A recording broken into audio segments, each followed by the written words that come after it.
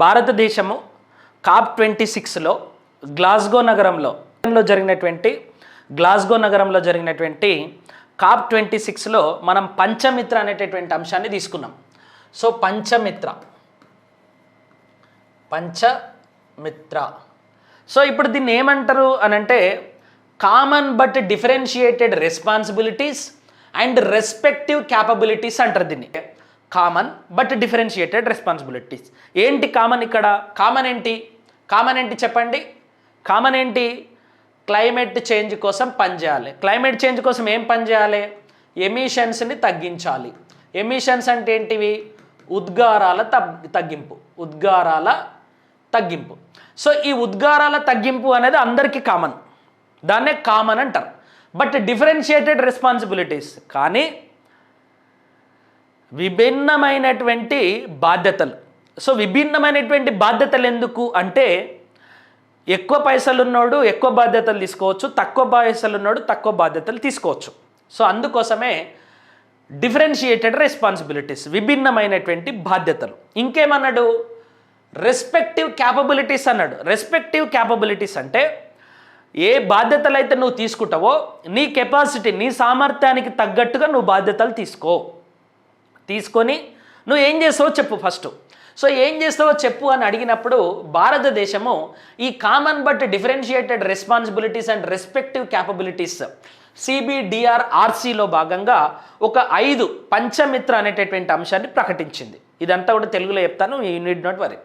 So దీంట్లో పంచమిత్రలో భాగంగా మొదటి అంశం ఏంటి అని అంటే 2030 కల్లా 500 gigawatts of non fossil fossil energy capacity by 2030 అని అన్నారు. సో దాంట్లో మొదటి అంశం ఏంటి అని అంటే 2030 నాటికి ఓకే 2030 నాటికి నాన్ ఫాజిల్ ఎనర్జీ కెపాసిటీ అంటే పెట్రోల్ తోటి బొగ్గుతోటి తయారైనటువంటి శక్తి వనరులు కాకుండా రెన్యూవబుల్ ఎనర్జీ సోర్సెస్, పునరుత్పాద శక్తి వనరులు అంటారు. వాటిని ఏమంటారు? దాన్ని పునరుత్పాద శక్తి వనరులు. సో 2030 నాటికి ఓకే సో 500 గిగావాట్ల పునరుత్పాద శక్తి వనరులు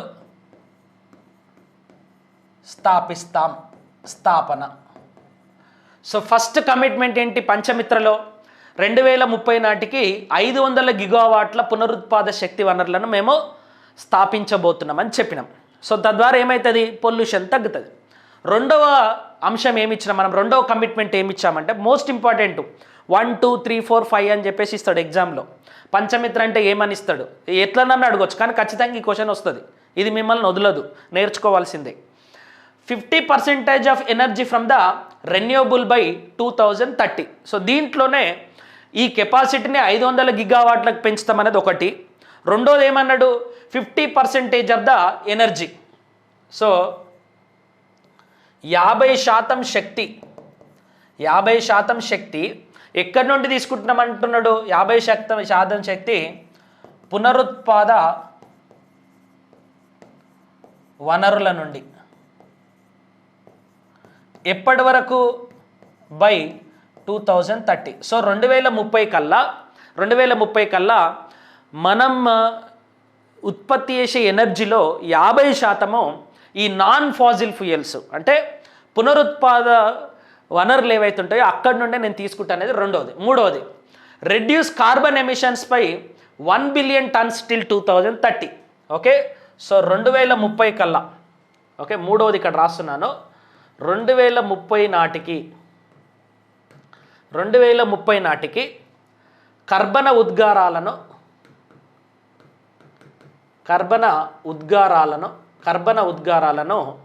1 బిలియన్ టన్నులు తగ్గిస్తాం. So this is third commitment which we have given to the world. ఈ ప్రపంచానికి చెప్తున్నాం. ఏమని చెప్తున్నాం? 2030 కల్లా మమ్మల్ని చూడండి ఒక్కసారి. సో మనం అనుకుంటాం కదా, మనం కమిట్మెంట్ ఇస్తాం కదా మన ఫాదర్కు, మన మదర్కు, మన సిస్టర్కు, మన బ్రదర్కు, మనకు గైడ్ ఉన్న వాళ్ళకు, మనకు సపోర్ట్ చేసే వాళ్ళకి ఇస్తాం కదా. డాడీ ఈసారి చూడు గ్రూప్ 2 జాబ్ కొట్టి చూపిస్తా అంటాం. ఆయన అడుగుతాడు గ్రూప్ 2 జాబ్ కొడతా, ఓకే అమ్మ. ఇక్కడ గ్రూప్ 2 జాబ్ అంటే ఏంటి? కర్బన ఉద్గారాలను తగ్గించడం. గ్రూప్ 2 జాబ్ కొడతా ఓకే, కానీ నీ ప్రిపరేషన్ స్ట్రాటజీ చెప్పు నాకని అంటాం. సో నేను ఏప్రిల్ కల్లా మొత్తం ఎకానమీ అయిపోగొట్టుకుంటా, ప్యారలల్గా పాలిటీ అయిపోగొట్టుకుంటా, తెలంగాణ మూమెంట్ అయిపోగొట్టుకుంటా. సో దాని తర్వాత ఏప్రిల్ తర్వాత నేను ఎంసీక్యూస్ని ప్రాక్టీస్ చేస్తా. ఓకే, ఇట్లా ఒక్కొక్క చాప్టర్లో ఒక 150 ఎంసీక్యూస్ని ఇన్ని ప్రాక్టీస్ చేస్తా. ఇట్లా మనం కమిట్మెంట్స్ ఇస్తాం.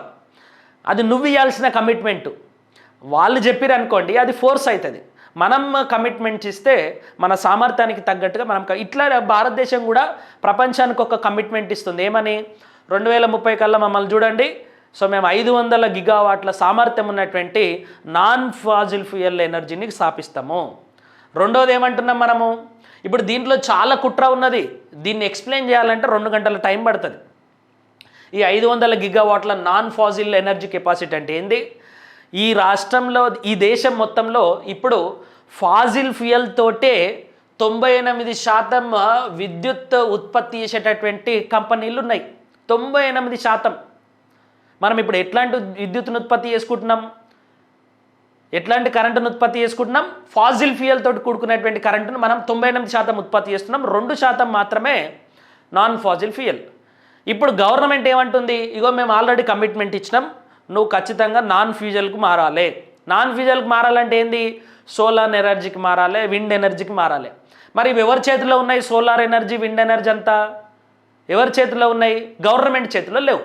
సో ఇప్పుడు గవర్నమెంట్ కంపెనీలు ఏమంటున్నాయంటే, మొన్న విద్యుత్ బిల్లు తీసుకొచ్చినప్పుడు, సార్ ఇప్పుడు ఈ 500 గిగావాట్ల ఎనర్జీ సామర్థ్యాన్ని సాధించడానికి మీరు మా మీద నాన్ ఫాజిల్ ఫ్యూయల్స్కి మారమంటారు, కానీ అదంతా ప్రైవేట్ వాళ్ళ చేతిలో ఉంది అనేటటువంటి ఒక ఆర్గ్యుమెంట్ని తీసుకొస్తారు.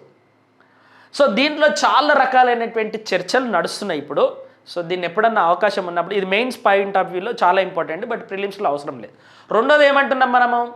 2030 కల్లా రెన్యూవబుల్ ఎనర్జీని మేము 50%కు తీసుకొస్తామని అంటుండు. ఓకే, మూడవది ఏమంటున్నాడు? కార్బన్ ఉద్గారాలను 1 బిలియన్ టన్నులు సాధిస్తాం. నాలుగోది ఏమంటుండు? Reduce carbon intensity of the economy by over 45% by 2030. అంటే సో 2030 నాటికి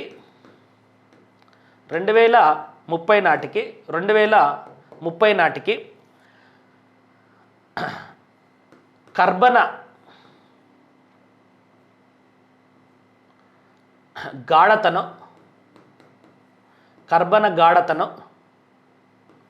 45% కంటే ఎక్కువ తగ్గిస్తాం.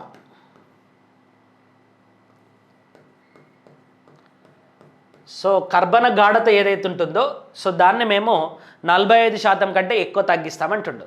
సో లాస్ట్ కమిట్మెంట్ ఏంటి? Net zero by 2070. సో 2070 నాటికి ఓకే, సో నికర శూన్యతను సాధిస్తాం. నికర శూన్యత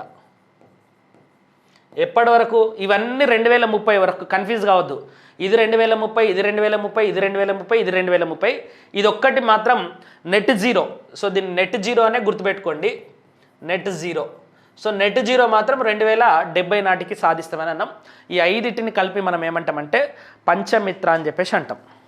మనం ఇంకేం కమిట్మెంట్స్ ఇచ్చినాం? ఈ 5 కమిట్మెంట్స్ కాకుండా మనం ఇంటర్నేషనల్ సోలార్ అలియన్స్, దీన్ని భారతదేశమే ఇనిషియేటివ్గా తీసుకొని 2015లో దీన్ని ప్యారిస్ అగ్రిమెంట్లో భాగంగా తీసుకొచ్చేసినాం. ఓకే, సో దీన్ని ఎక్కడ లాంచ్ చేసిరు? ప్యారిస్ ఒప్పందంలో. సో నేను నీతి ఆయోగ్ గురించి చెప్పేటప్పుడు దీని గురించి చెప్పిన. ఏంటి? లైఫ్ అనేటటువంటి ప్రోగ్రామ్. లైఫ్ అంటే ఏంటి? లైఫ్ మిషన్ అంటే ఏంటి? Life style for environment. అంటే మన యొక్క లైఫ్ స్టైల్ని మార్చుకోవాలి. ఎట్లా మార్చుకోవాలి? మన ప్రాక్టీస్లో కానీ, మన ఆలోచన విధానంలో కానీ మన లైఫ్ స్టైల్ అంతా కూడా గ్రీన్ లైఫ్ స్టైల్ కావాలి అనేదే లైఫ్ స్టైల్ ఫర్ ఎన్వైర్న్మెంట్ అనేటటువంటి ఇనిషియేటివ్. సో దీంట్లో భాగంగా ఏం చేస్తాం? మన అలవాట్లు, మనం ఇప్పుడు గ్లాస్ వాడతాం, ప్లాస్టిక్ గ్లాస్ వాడకుండా స్టీల్ గ్లాసో ఏది మన మట్టి గ్లాసో వాడమని చెప్పేసి లైఫ్ స్టైల్ చెప్తుంది. తర్వాత మనం ఏదన్నా కూరగాయలకు వెళ్తాం, కూరగాయలకు వెళ్ళినప్పుడు ఏం చేస్తాం మనము, ప్లాస్టిక్ బ్యాగులు ఇచ్చేసేయని అంటాం. అట్లా కాకుండా ఒక సంచి తీసుకుపోయి కూరగాయలు తెచ్చుకో, దాని ద్వారా ప్లాస్టిక్ నిరోధించబడుతుంది అనేటటువంటి ఒక కొత్త జీవన విధానాన్ని అలవర్చుకోవాలి అనేటటువంటి ఇనిషియేటివే లైఫ్ అనేటటువంటి ఇనిషియేటివ్. దీన్ని కూడా భారతే చాలా ప్రముఖంగా అన్ని దేశాలకి కూడా దీన్ని ప్రాపగేట్ చేస్తుంది. సో ఇవి భారత్ ఇచ్చినటువంటి క్లైమేట్ చేంజ్లో భాగంగా భారత్ ఇప్పటివరకు ఇచ్చినటువంటి most important commitments. So now let us come to the